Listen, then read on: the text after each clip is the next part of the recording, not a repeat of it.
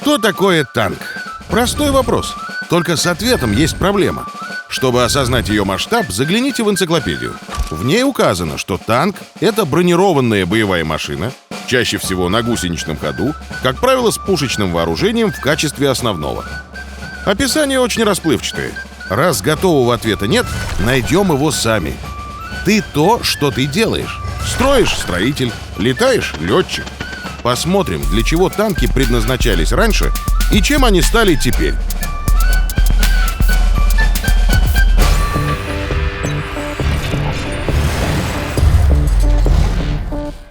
Когда появилась первая бронированная боевая машина, точно неизвестно. Люди видят их в осадных таранах эпохи эллинов, доспехах для лошадей и фантастических проектах Леонардо да Винчи. Что-то более привычное конструкторы стали предлагать в начале 20 века. Сведений об этих проектах немного. Истории были в чем-то похожи. Их даже можно собрать воедино. Однажды в Англии, а может быть в Австрии или вообще во Франции, в 1912 году сантехнику, а по некоторым данным водопроводчику, пришла в голову идея необычной боевой машины. Несколько бессонных ночей, и чертеж был готов. Изобретательный слесарь отправился в военное министерство с докладом. Он уже мечтал о славе и почете, однако собралась комиссия, и результат получился неожиданным. Военным танки были не нужны. Им не было места ни в теории, ни в практике военного дела. Но потом началась Первая мировая война. После короткого периода активных движений армии зарылись в землю, ощетинились пулеметами и обмотали все колючей проволокой. Даже если ценой колоссальных потерь такую оборону удавалось прорвать, то развить наступление не получалось. Стандартные приемы не помогали. Военные подумали и поняли, что для взлома глубоко эшелонированной обороны им нужно что-то новое. В 1914 году сэр Суинтон, британский военный инженер и аристократ, предложил бронированный вооруженный трактор, рабочее название «Истребитель пулеметов». Проект не был одобрен военным министерством. Потенциал разработок разглядел первый лорд Адмиралтейства сэр Уинстон Черчилль. Он выделил деньги, и 20 февраля 1915 года был создан комитет по сухопутным кораблям. Уже 10 сентября испытали первый в истории танк — маленький Вилли. Испытание он провалил, потому что не мог делать главного — преодолевать окопы и рвы. Инженеры доработали прототип и выпустили в серию. Машину назвали скромно «Марк-1». Она получилась странной. Невозможно забыть ее профиль. Но именно такая форма гусениц решила проблему проходимости рвов и окопов. Это был сухопутный корабль не только по названию. Многие детали были взяты из флота. Его вооружили морскими пушками. Орудия установили в спансоны, как на каком-нибудь крейсере. Даже двигатель взяли от тягача, разработанного для нужд моряков. Над первой партией работали на нескольких заводах. Для секретности распространялись слухи, что это полевые емкости для воды, заказанные русской армией. В переписке машину называли соответствующе «бак», то есть танк.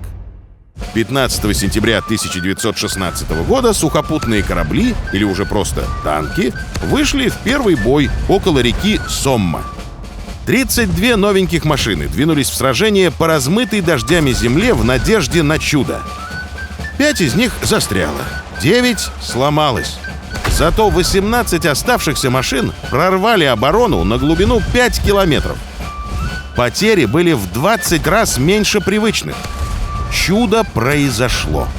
Огромный железный монстр с пулеметами напугал немецких солдат и помог британцам. Радости были полные спансоны. Через год немцы в ответ на сухопутный корабль англичан выкатили свой подвижный форт А-7В. Танк вмещал самый большой экипаж в истории. Назначение у него было ровно то же самое, что и у Марк-1. Эти машины должны были помочь пехоте быстро прорвать линию обороны. В самом начале танкостроения не было единого ответа на вопрос, что такое танк. Для немцев и англичан это был таран, который помогал пехоте прорвать оборону противника. У французов же был свой подход. Отцом танкостроения во Франции был полковник Жан-Батист Этьен. В августе 1915 года он написал: «Господа, победа в этой войне достанется тому из двух противников, кто первым сможет поставить 75-миллиметровую пушку на машину, способную пройти по любой местности». И не ошибся. После появления танков Этьен посмотрел на них и решил, что армии нужен новый тип машин для сопровождения пехоты. Легкий, маленький, маневренный и дешевый. С этой идеей он пошел к крупнейшему французскому фабриканту – Луи Рено. Так появилась новая машина, не похожая на крейсеры. Экипаж из 2 человек – водителя, который управлял танком, и командира, который делал все остальное. Вооружение – 1 пулемет или 37-миллиметровая пушка с коротким стволом. Тем не менее, в 1918 году Renault FT-17 стал лучшим средством сопровождения пехоты и основной машиной французских бронетанковых сил. После Первой мировой созданием танков заинтересовались многие страны. Военные в большинстве стран отвели танкам роль усиления традиционных родов войск и прежде всего пехоты. Французы и англичане разделили свои танки на пехотные и кавалерийские, они же крейсерские. В СССР было 5 основных типов танков: разведывательные, общевойсковые, оперативные, качественного усиления и особого назначения. Их дополняли 7 специальных типов. В общем, теоретическая и практическая работа над вопросом, что такое танк, просто кипела. В конце 30-х годов танки начали толстеть. Золотой век, в котором хватало тонкой брони, закончился. Это стало понятно после войны в Испании. Оказалось, что пехота, по крайней мере в Европе, наконец-то получила противотанковые средства в достаточном количестве. Легкие мелкокалиберные скорострельные пушки и крупнокалиберные пулеметы без усилий делали из танка решето. Еще в начале 20 века немцы разработали теорию ведения молниеносной войны – Блицкриг. В Первую мировую реализовать ее не удалось. Они подумали снова и решили ее усовершенствовать. Блицкриг по новым правилам должен был вестись крупными танковыми соединениями – группами. Их задачей стала не поддержка пехоты, а прорыв на большую глубину. Танки не должны были биться о полевую оборону. Их задача – сеять хаос в тылу, давить штабы, захватывать транспортные узлы, рассеивать подкрепления на подходе. Победа достигалась уничтожением возможностей для связи и снабжения противника. Современная армия не римский легион. Без бензина и патронов воевать не может. По мнению немцев, танки — это не дополнительное средство боя, а самое мощное наступательное оружие. И все остальные войска должны действовать в их интересах. Роль поддержки пехоты немцы переложили на другой класс техники – штурмовые орудия. Под эту теорию создали 2 танка – Panzerkampfwagen-3 и Panzerkampfwagen-4. На поле боя они дополняли друг друга. ПЗ-3 разрабатывался как основной танк вермахта. Планировалось, что танк будет действовать там, где нет сильной противотанковой обороны. Его противниками была не техника, а живая сила. Поэтому при выборе оружия значение придавалось скорострельности и количеству. ПЗ-3 был вооружен 3 пулеметами и 37-миллиметровой пушкой. Все это дополнялось великолепной системой наблюдения. ПЗ-4 должен был поддерживать тройки. Его короткоствольная 75-миллиметровая пушка великолепно справлялась с артиллерией и полевыми укреплениями. Немецкие танковые дивизии доказали правильность теорий своих генштабистов за считанные недели, разгромив Францию. Танков у нее было больше, и по техническим характеристикам они были не хуже, но применялись по устаревшей схеме. Панцер-3 и Панцер-4 отлично выполняли свои роли в начале нападения Германии на СССР. Но потом все пошло не так. Им пришлось делать то, чего их создатели не планировали – воевать с танками следующего поколения. В СССР при конструировании бронетехники особое внимание традиционно уделяли 2 вещам – подвижности, что понятно, учитывая расстояние и качество дорог в СССР, и огневой мощи. После войны в Испании добавилось еще и 3 – Новому поколению танков Т-50, Т-34 и КВ-1 дали противоснарядную броню и получили отличные, сбалансированные по характеристикам машины. Столкнувшись с массами советской бронетехники, немцы пересмотрели свои взгляды на то, что должен делать танк. Приоритетом стала борьба с советскими танками. Панцеркампфвагены обзавелись длинноствольными пушками, нарастили броню, как, например, «Пантера».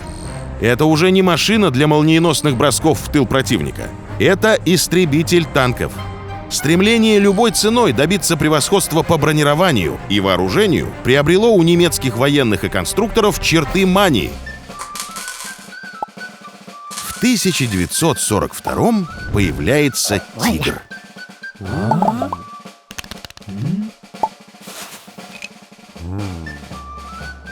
Хорош, но мал. Инженеры смастерили Мауса. Вышел не таким уж и большим. Увеличили еще чуть-чуть, получился Ратте. Кто-то крикнул «маловато!», и этот проект превратился в 1500-тонного монстра. Правда, на бумаге. Если бы у ученых было больше времени, возможно, мы увидели бы нечто большее. Сразу после окончания Второй мировой войны единого ответа на вопрос, что такое танк, все еще не было. Ответа было два. Для средних танков — рабочие лошадки, а для тяжелых танков и штурмовых орудий — усиление войск в наступлении и обороне. Военные хотели бы иметь один тип танков, но инженеры не могли его дать. У них было несколько технологических ограничений. В основном они касались мощности двигателя и трансмиссии. Во второй половине 50-х годов в Великобритании разработали 105-миллиметровое танковое орудие, которое на Западе стало популярным почти как «Битлз».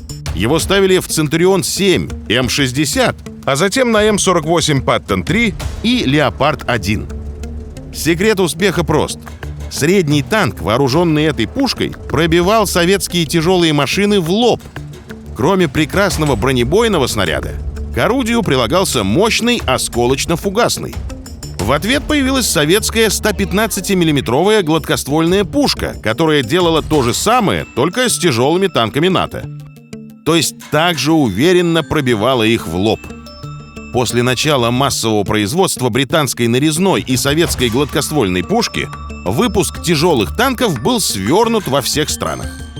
Их продолжали использовать, но постепенно заменяли на ОБТ — основные боевые танки. Конструкторы смогли получить машины быстрые, хорошо защищенные и мощно вооруженные. Проклятие было снято. Машины нового типа сделали ответ на вопрос, что такое танк, очень простым. Это универсальная боевая машина, обладающая высокой огневой мощью, бронированием и маневренностью, способная прорывать оборону, удерживать преимущество в нужной точке.